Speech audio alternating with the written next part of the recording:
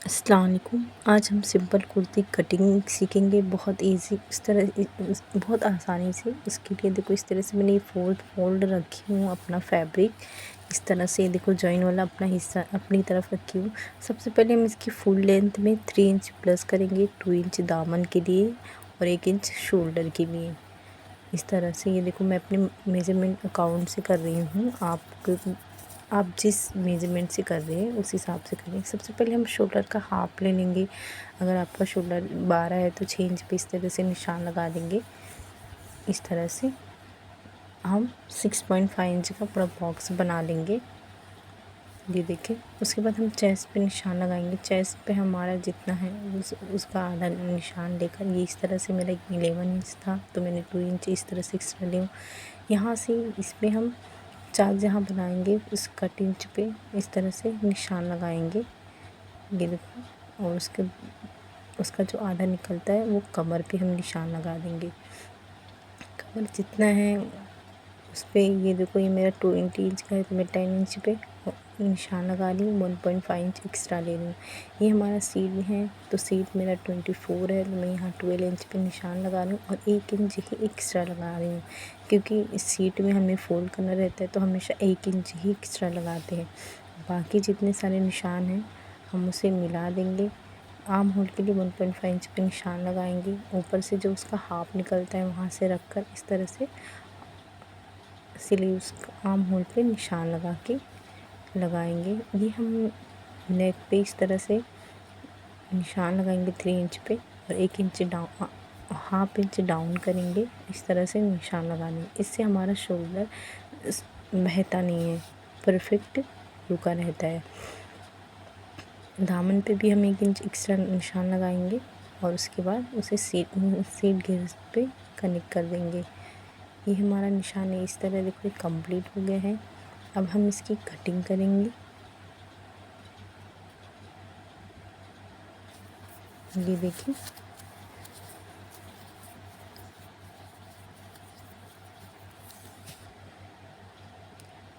जैसे हमने निशान लगा है आसानी से उसकी हम कटिंग करेंगे।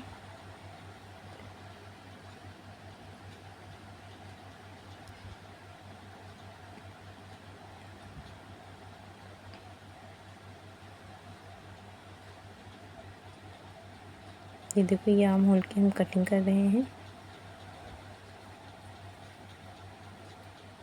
ये देखो इस तरह से ये कटिंग हो गई है। अब जो हमने निशान लगाए हैं उस पर एक नोक लगा देंगे। ये हमारे सीट घेर का है, ये हमारी कमर का है।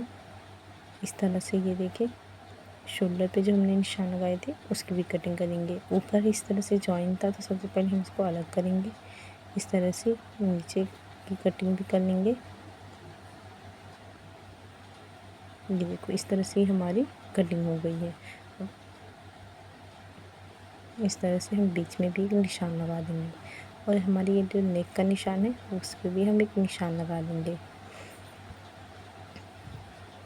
ये देखो, अब हम स्लीव्स की कटिंग करेंगे। जो बचे हुए पीसेस हैं हम उस इस तरह से रखेंगे। जितने हमें स्लीव चाहिए उस पर हम फोल्ड करेंगे। ये जो मैं कटिंग कर रही हूँ बीच में मेरा जॉइन वाला हिस्सा है। ये देखिए, सबसे पहले हम अपने स्लीव्स की लंबाई में 1 इंच प्लस करेंगे, गोलाई पे फिर निशान देंगे। यहाँ पे हम 10 इंच लेंगे क्योंकि हम ऊपर जॉइन करेंगे तो ऑलरेडी ये हो जाएगा फिर 9 इंच। और उसके बाद डाउन करने पे हम 2.5 इंच पे निशान लगाएंगे। यहाँ से 3 इंच पे निशान लगाने के बाद हम शेप दे देंगे। गोलाई वाले हिस्से को इस तरह से जॉइन करेंगे। ये जो हमारी स्लीव्स की निशान है इसके हिसाब से अब हम कटिंग करेंगे। अगर आप जॉइन वाले हिस्से की कटिंग नहीं कर रहे हैं तो आप 9 इंच पे का ही स्लीव्स पे निशान लगाएं, क्योंकि एक्स्ट्रा रहता है तो हम उसको कटिंग कर देते हैं। कम हो जाता है तो मसला हो जाता है। ये देखो इस तरह से हमारी स्लीव्स की कटिंग हो गई है। अब ये हमारे बैक पार्ट का है, उसके लिए इस तरह से ये देखो 3 इंच पे हम निशान लगाएंगे।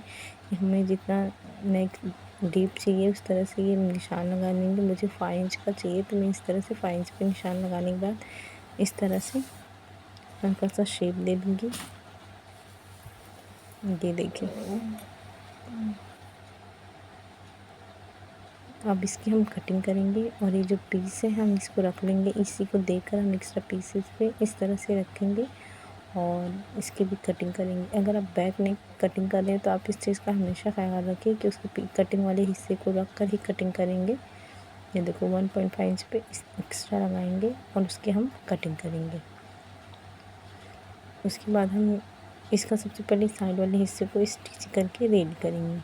ये देखो इस तरह से ये मेरा हमारा नेक है जो मैंने अपने हिसाब से इसमें डिज़ाइन डाली हूँ। ये कॉटन है, इसमें आप कोई भी डिज़ाइन डाल सकते हैं।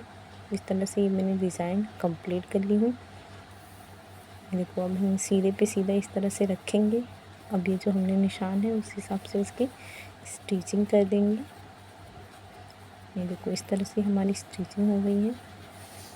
अब हम पाँव इंच की जगह छोड़कर हम पूरी इसकी कटिंग करेंगे इस तरह से।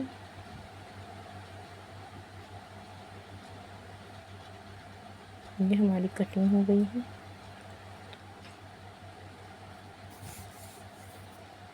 देखो अब इस तरह से हम शेप का नोक निकालेंगे जो हमने नेक में बनाए हैं।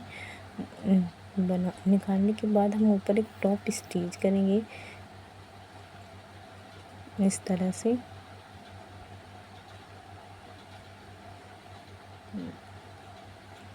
ये देखिए इस तरह से बराबर से इसका नोक निकाल लेंगे और जिस शेप में हमें नेक है उस हिसाब से हमें सिलाई करनी है। इस तरह से हम पूरा नेक की स्टिचिंग करेंगे।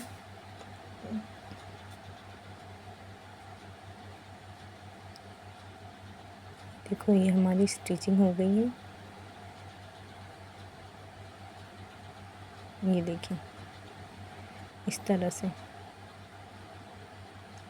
ये हमारे बैक वाला हिस्सा है। इस तरह से उसे ओपन करेंगे और सीधे पे सीधा रखकर इस तरह से पूरी गोलाई में इसकी स्टिचिंग करेंगे। ये देखो इस तरह से ही हमारी गोलाई में स्टिचिंग हो गई है। अब हल्का सा हम कट लगाएंगे। कट लगाने के बाद ये देखो सीधे पे सीधा इस तरह से रखेंगे, शोल्डर को जॉइन करेंगे। ये देखो और दूसरे को भी हम इस तरह से जॉइन करेंगे। ये देखो ये हमारी स्टिचिंग हो गई है। ये देखो इस तरह से हमारा शोल्डर वाला शेप रेशा भी नहीं दिखता और इस तरह से हमारी स्टिचिंग हो जाती है बहुत इजीली। अब हम बैक वाली टॉप स्टिच करेंगे। ये देखो ये हमारी स्टिचिंग हो गई है। अब इस तरह से हम इसे रखेंगे। ये देखिए सबसे पहले हम फिटिंग पे निशान लगाएंगे और उस हिसाब से इसकी स्टिचिंग करेंगे।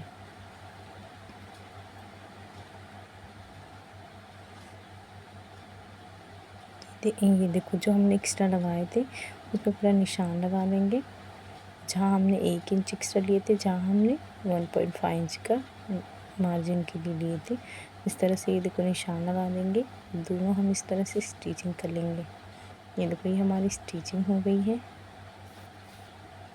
ये हमारा नेक स्लीव्स है। हमने ऊपर से जॉइन वाला किए थे तो सबसे पहले हम सीधे पे सीधा इस तरह से रखेंगे और ऊपर इस तरह से स्टिच करेंगे। सेम दूसरा भी इसी तरह सीधे पे सीधा रखेंगे और इसकी स्टिच करेंगे। ये देखो इस तरह से हमारी स्टिचिंग कंप्लीट हो गई है। अब हम दामन को भी इस तरह से फोल्ड करेंगे, बहुत इजी। और ये हमारी